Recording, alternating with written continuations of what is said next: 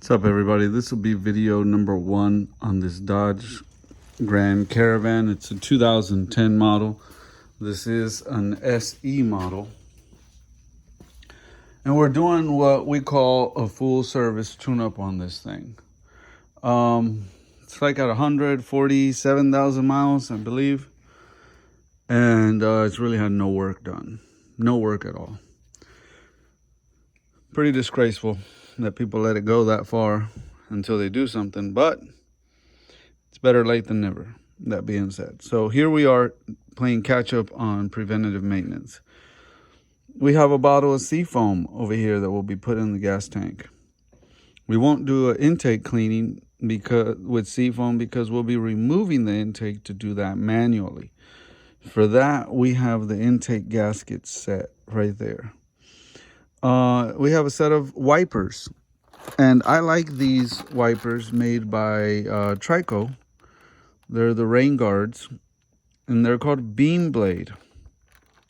Beam blade, and you see that is just like a long beam. There's no metal frame up top, and the metal frames have like pressure points in them, and over time those pressure points create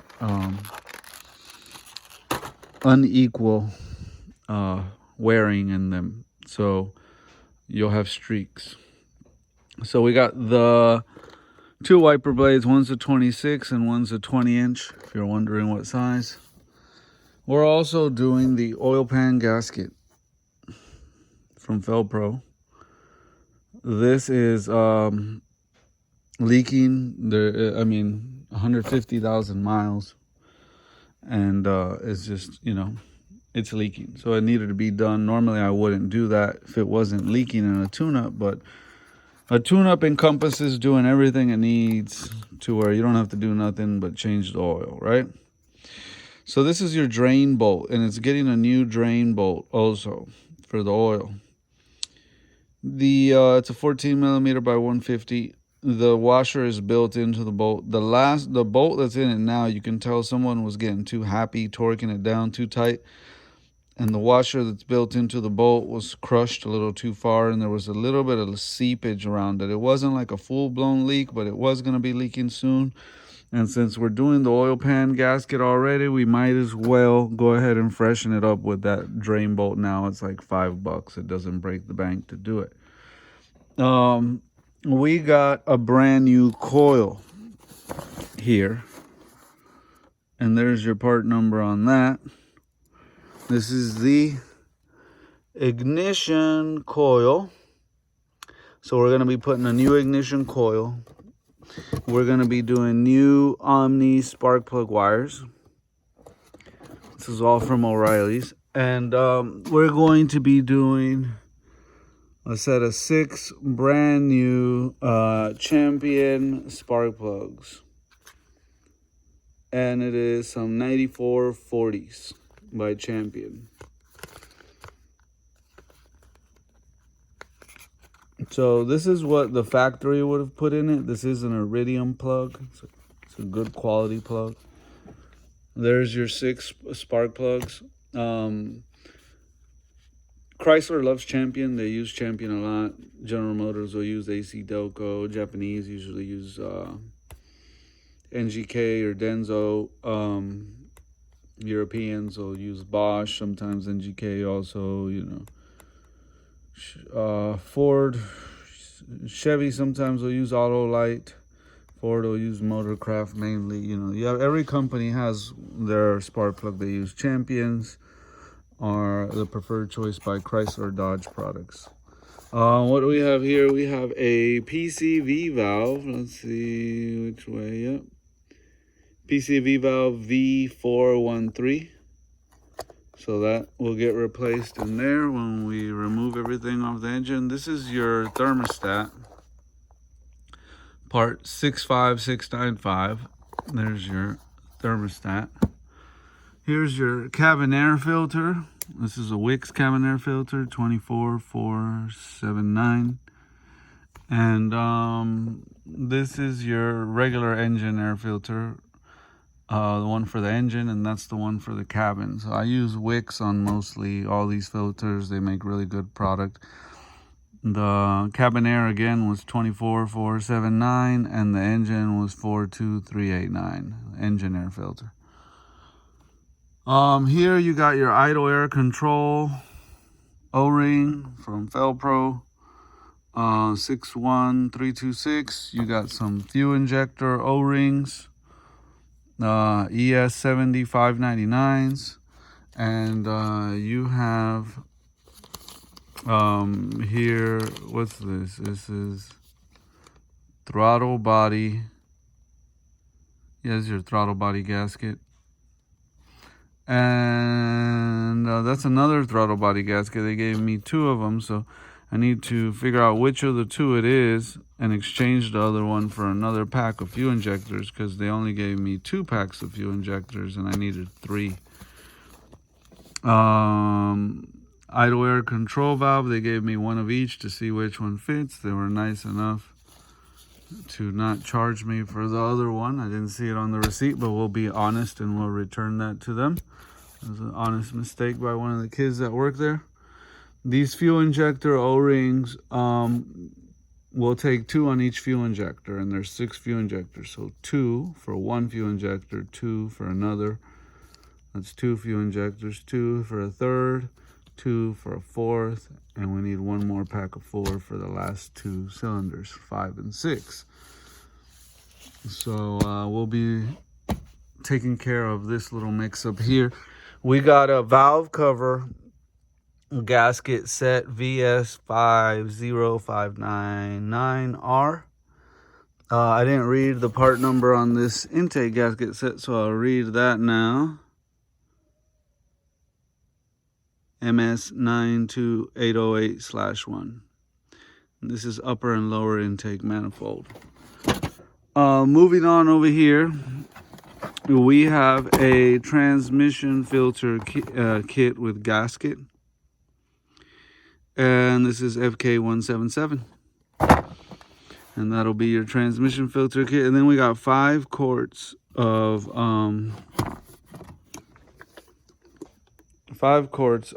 Valvoline full synthetic ATF plus 4. This is transmission fluid full synthetic from Valvoline.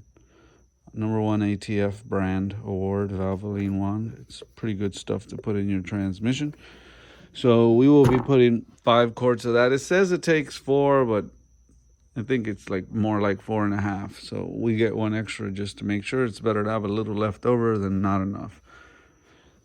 So that's pretty much a rundown of what we got there. I don't believe I mentioned the serpentine belt. Let me not forget that. Part number, that is a Gates belt, and it is a K060795. And these Gates belts are pretty good quality belts. I like them. I'm very pleased with them. They're not squeakers. Every time you get a Gates belt, you can be pretty sure it's not going to squeak. We got the Wix oil filter installed, and it's already installed. And I got the oil in the vehicle. I forgot it in the trunk of the other vehicle. I haven't unloaded it. But this is your Wix oil filter, part number 51348 for the engine oil filter. And then your engine oil is, we're using Valvoline again, full synthetic. And we are using the 10W30 full synthetic from Valvoline with the high mileage blend. So here we got the van, and it's in right now. This is before I take it apart. I like to show you the condition of the motor before it goes in. This motor, you can tell it's got some rust. At some point in its life, it was up north. And you can see the bolts on the exhaust there. On the exhaust bolts, you see the rust. You see the rust on the bolts to the valve covers. I'll get a little closer so you can see them.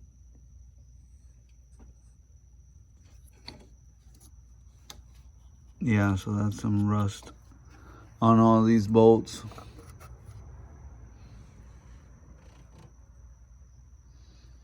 Doesn't look too bad in the valve covers, but the outside of the engine is clearly dirty. It needs to be cleaned, as you can see. We're gonna do everything on the back side of it also. You could see a lot of rust on it on the back side also. This one also had a leak back over here on the back of the ignition coil. Let's see if I can show you. You see that hose right there? That hose is coming out of the back of the thermostat housing, and it has that plastic V that goes to the heater hose. And it's not a fun hose to replace where it attaches to the heater core going into the dash on the opposite side. It's kind of hard to show that. Get the camera in through there, it's tight. But the exhaust manifold, you can see running underneath it, and it gets that plastic nice and hot. So it makes it complicated because that plastic will eventually leak like this one was. And it's because that exhaust manifold runs through there. So we're gonna get an aluminum one. It's an upgrade from that plastic one, and that'll be that. The engine is pretty dirty, like I said. I don't know, this camera, in my opinion, I'm disappointed with the iPhone XR for recording. Camera doesn't really autofocus like it should, but you can see a lot of these bolts with the rust buildup on them, the oxidation buildup on them. And obviously the oil builds up down in there. Here's your fuel injectors. This is your lower intake manifold. So all this will come off. Upper intake manifold will come off. Fuel rail will come off. All this top end of the motor valve covers will come off. That coil is getting replaced. All that thermostat. All this top end is coming apart. So we'll address all that. We'll do the hose. But I like to first get a good drain on the bottom of this thing first, right? And I'll move this little step ladder out of the way so I can show you guys underneath. It's a messy job. I already had to mop up the mess it made. These transmission pans don't have a drain bolt, so when the transmission pan is glued up in and you're trying to pry it off with a flathead, no matter how careful or experienced you are, sometimes they just make a little bit of a mess on you. This one was a messy one. We cleaned up, so the floor is slightly a little fresh from being mopped. But yeah, it's up in the air. I want to do the oil pan, do the transmission pan, do everything underneath first. Put the wheels on. I'm going to do the serpentine belt, put the wheels on, drop it down on the ground, and then work more comfortably on everything on the top end once I'm done with the bottom end and don't have to jack it up again anymore. I will show you underneath what it looks like now.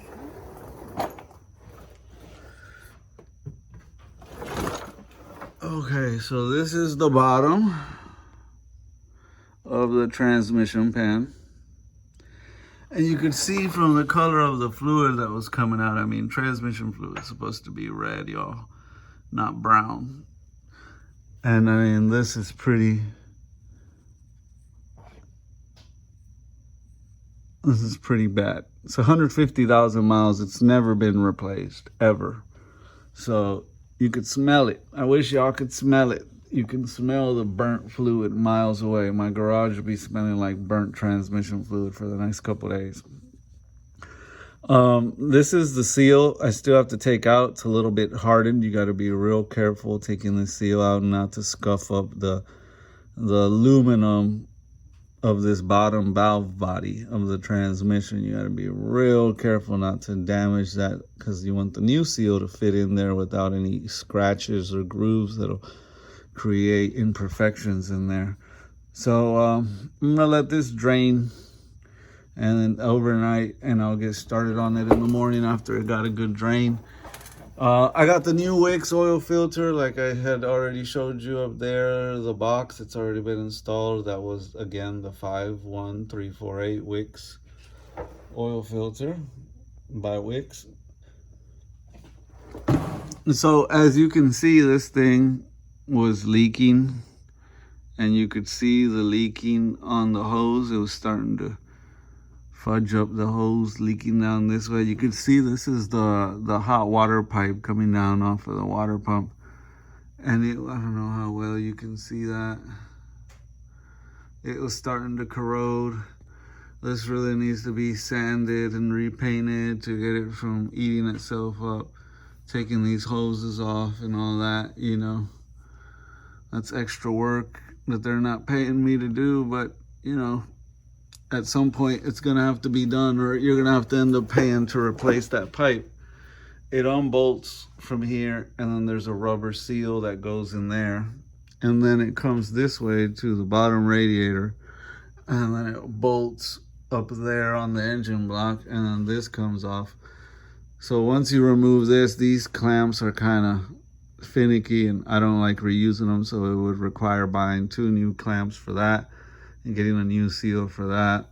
The time and the effort to sand this, repaint it with like some high engine heat paint, because there's a hot water pipe, grind it all down, get all the rust off, and then hit it with good paint so that it won't keep corroding like that.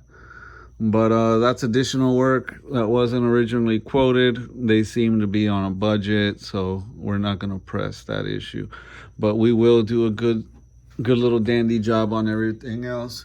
Here's your original belt. Doesn't look like it's ever been changed. You can see it's wore. This is the tensioner pulley.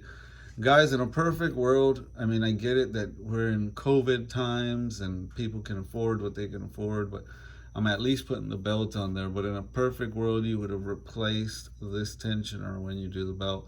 I mean, especially at 150,000 miles. Think about it. 150,000 miles of service on that tensioner.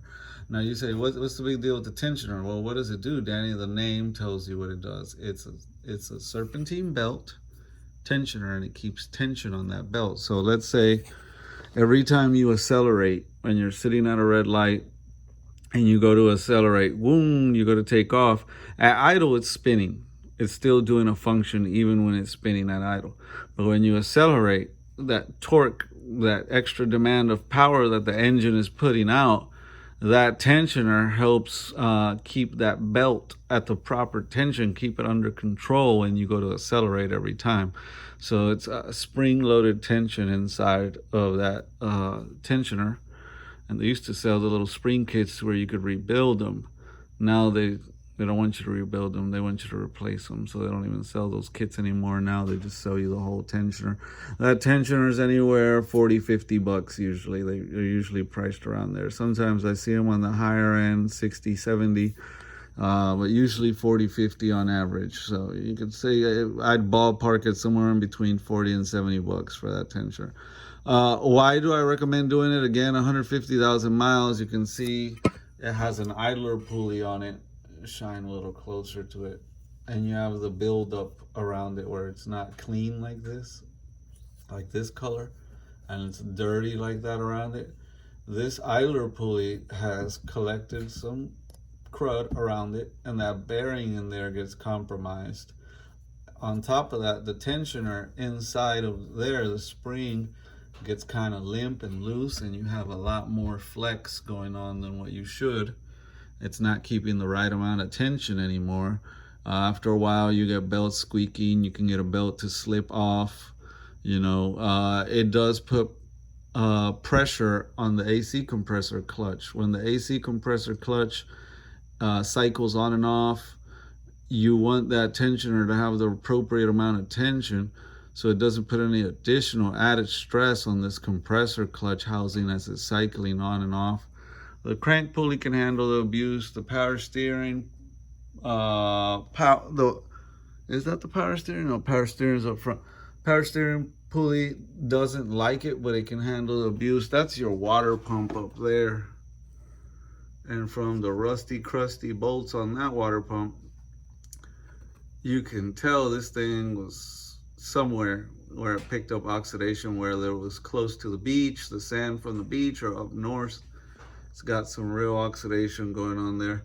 And that water pump has clearly never been replaced. You can see the oxidation on the bolt. When you stick a socket onto that bolt, you can see the marks where the socket disturbed the bolt. And you can tell that somebody's removed that. The level of oxidation on the aluminum to the water pump and the aluminum of the engine block timing cover looks identical. It looks undisturbed. Therefore, the water pump has never been done. At some point, that water pump will need to be done. To ask them to buy a tensioner right now, to buy the idler pulley that sits on the top of the engine. You can't see it from the bottom. It's right above the tensioner. Yeah, you can't get the phone in through the bottom. That pulley, I don't know if you can see that pulley right up above the tensioner up there. It's hard to see from the bottom, but it's called an idler pulley. So in a perfect world, part of this tune-up, if it was my vehicle, obviously, and the finances would allow it, I would have done the idler pulley up there, the tensioner, and I would have went ahead and just got that water pump out of the way. I would have removed this pipe. I would have sanded it down. I would have repainted it. I would have removed these hoses. They're still good. It is a little mush, right? From the oil leaking on it, but that's the outside see from that oil that was leaking down on it. And the oil was leaking from the oil pan that once it's installed here, it would leak down on the oil pan and get onto the hose, because this is kind of a tight fit and getting it past this water pipe, and some of it was coming down on that hose, compromising the outside of the hose. The hose can be cleaned, and they sell like a heat sleeve protector. It's like $18 for a little box of heat sleeve protector, and you can protect this hose and put a heat sleeve protector on it so that it'll last you long, because this hose is a crimped hose. See, it's crimped here, and it's attached to this aluminum line that goes up to the top of the engine. And that's an expensive hose. I can tell you right now, that's like an $80 hose. It's not a cheap hose. So you want to take the extra steps to protect it. And it does ride underneath. And I mean, it can easily be damaged just by anything driving under the road. This van doesn't have a cover underneath.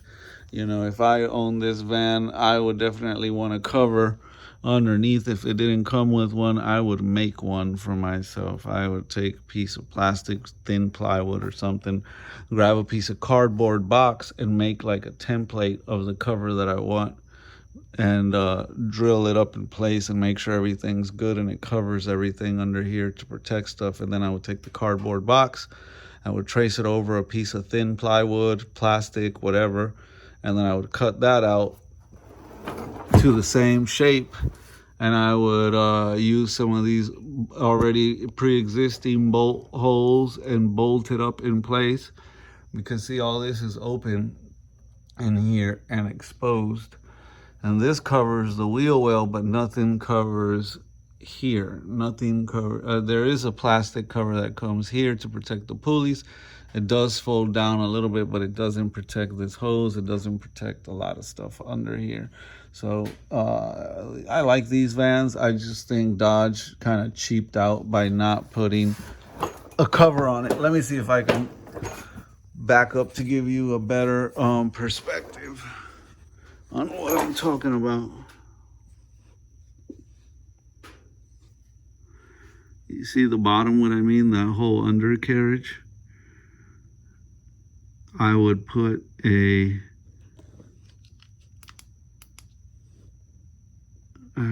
cover there to protect from all that hose, that lower radiator hose, all that. So, you know, to each his own.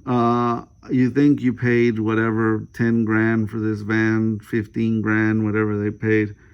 It's worth, you know, spending a little money to protect the bottom end of it. Kind of stuff you see in the road and the puddles and everything you drive over. Keeps everything clean, but it keeps everything protected. So a lot of the newer vehicles have it. Dodge just kind of cheaped out on that. Shame on you, Dodge. Make people have to go get their own covers made because you didn't make one. So I want to show you, this is the oil pump filter, oil pump pickup tube. And the kit will actually come with a new seal for it right there. Here's your timing chain right? That was the serpentine belt here.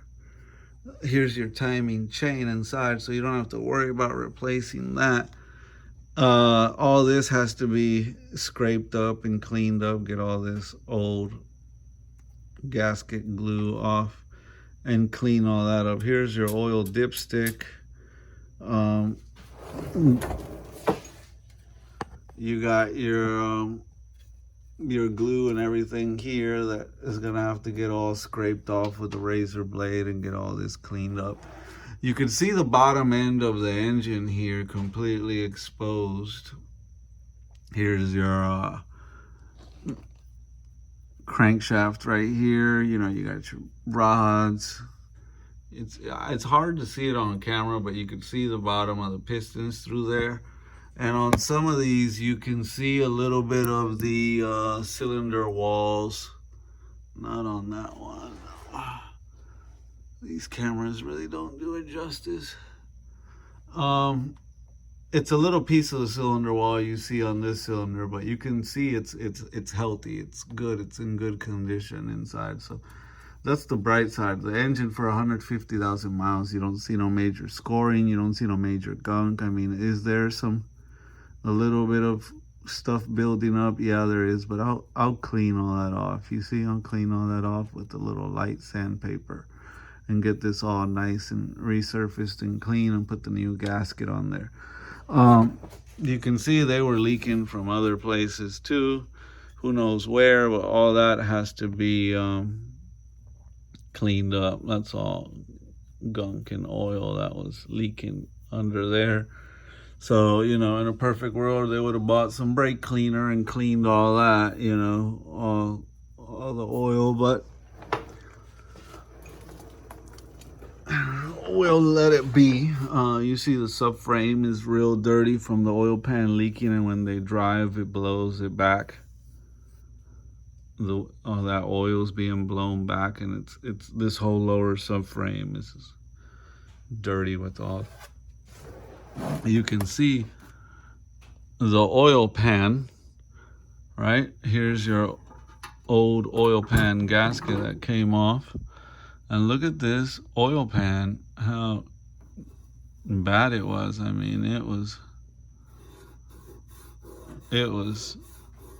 pretty bad. Wash me, clean me, Danny. This is gross. Look at that. Yeah, so we'll get that nice and clean.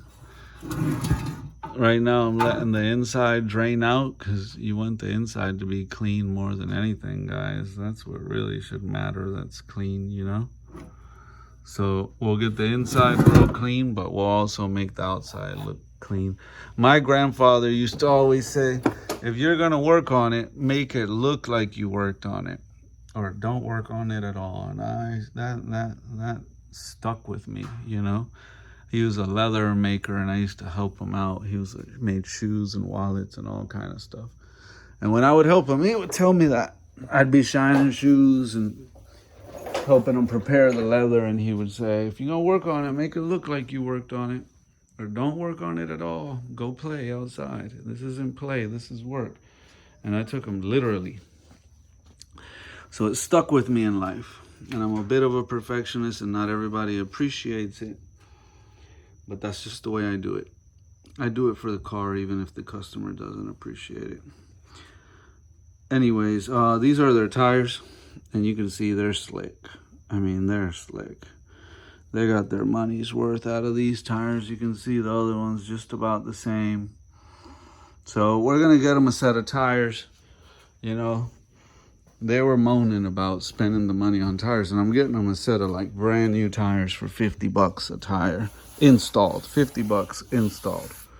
And these aren't gonna be like, you know, used type of tire you're used to. These are like pretty much new but used tires. And here you can see if this camera will focus again. Like I said, these cameras kind of suck. This is a 2012 tire from that number 2. It's an old tire. Let's look at these other ones in the front. Well, I can't see that one because the door is closed. Don't want to open it. We'll look at these. Yeah, they all seem to be the same brand. Oh, no, these are different. No, they're the same. Yep, they're the same brand. Okay. So it was a matching set whenever they got them.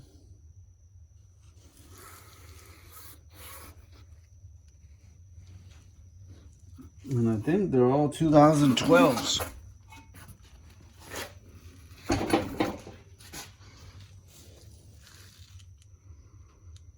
Yeah, there we go. I think they're all DOT 2012.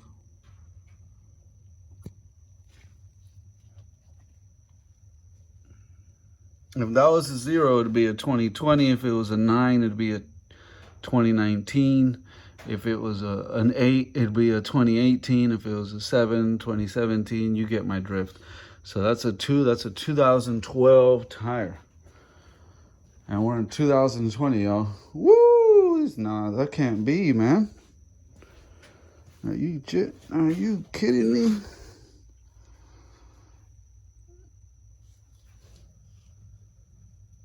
Okay. Here's the accurate number. These tires are like Chinese or Japanese. Here's the number I was looking for. We stand corrected. That's not the number. This is the number, 15. They're 2015 tires, so they're 5 years old. They're 5 years old. Yeah, I was gonna say 2012 is a little too long ago. Didn't seem right at all. So we got 2015 set of tires and 2020. They're 5 years old. I don't like driving on 5-year-old tires. So we're gonna go find them a good set of tires. I think that's about it. I think I've covered everything else that I was gonna say on this thing. Today is the 6th. Well, it's because it's after midnight now, but it was Friday, so tomorrow's Saturday. We're gonna get up, we're gonna call it a night, we're gonna get up early, and we're gonna go get some tires for this thing. And we're not gonna be able to install them till the shop opens back up on Monday. And we're waiting on a part that supposedly arrives on Sunday. So tomorrow we'll get tires, come back, do a bunch of work. Sunday we'll finish it up. Monday we'll go get the tires put on. Tuesday the 9th they'll get this vehicle back. Anyways, I'm gonna let y'all go. I am super duper tired. It's late. I'm gonna call it a night. God bless y'all. I'll make another video of everything nice and clean, being installed, going back in. And then I'll do another video of the top. We gotta do the whole part 1, part 2 thing because I don't know how to, I can't pause on this. But before I end, last thing I didn't show, this is the before video. And this is the transmission pan. I showed you the oil pan. That's the filter. You can see how dirty that filter was inside there. That filter element in there, so cruddy. Ew, gross. And then this is your transmission pan. And you can see inside, this is the filter, the magnet. It's like a magnet that catches all the little metal shavings. So I had quite a bit of metal shavings. You see that? Magnets all the way down there. Look how much metal shavings it had built up in 150,000 miles. And so, yeah, we'll take that magnet off, get it all clean. We got to get this old gasket off of here, which is never fun or easy to do. This is pretty baked on there. The longer you let it go, guys, the longer you wait to do this, the more baked it is, and the harder it is to scrape all this off and get it nice and clean and get the new gasket off. It all looks easy and sounds easy. Oh, just take the gasket off. No. Most of these got to be scraped off or grinded off.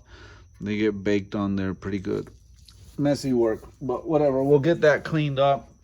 We'll clean up a lot of the brackets. This is the bracket that goes on the back of the torque converter cover.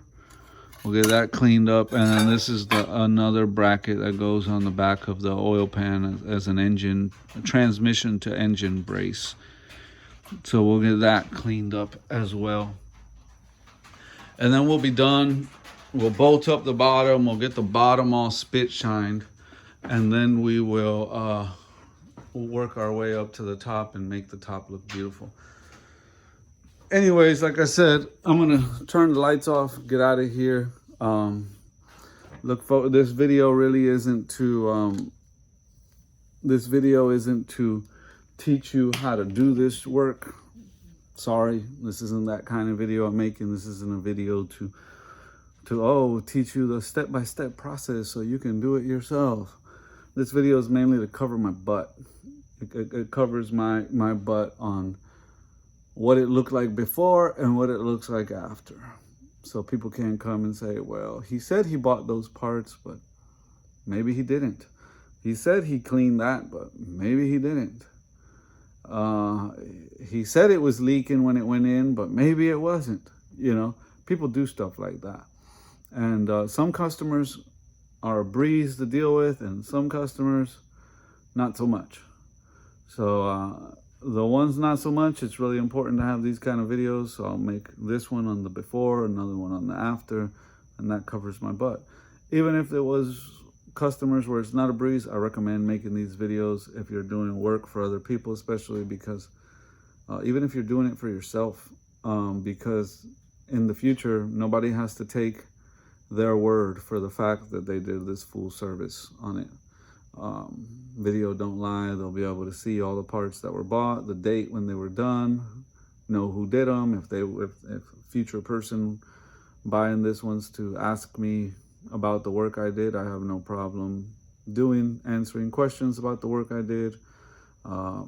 It covers me as far as warranting the work that I do, proving that I did it correctly and whatnot. Sometimes it's the part that fails and people think it's your fault, like you failed in the work you did. So that's another important reason for these videos. And I mean, a customer should appreciate it because it's like a way for them to have something to remember. Oh, did we do that? Did we do the transmission? Okay, did we do the oil pan or did we just change the oil? Did we get a new drain bolt? Oh, okay, did we do an intake gasket? Was that just the upper, the lower? When people don't remember in the future, or the customer doesn't remember, they can go back to this video and watch it and say, oh, okay, he did mention that. He did do that. That's already been done. We don't have to pay for that. We shouldn't have to pay for that to be done again. So it's a win-win for everybody to make the video for that reason. For other people, they kind of get like, well, you're not explaining how to do this. So that's not what this is intended for. Most of this work is work you should probably be paying somebody else to do. It's not, and some of it you can do yourself. Some of this work I don't recommend at all you do yourself, even if you had a video to watch. But anyways, I don't want to blab too much. I'm tired. I'm going to bed. God bless y'all. We'll make another video again, following up on everything cleaned up and looking pretty and going back together. God bless. Good night. Bye-bye.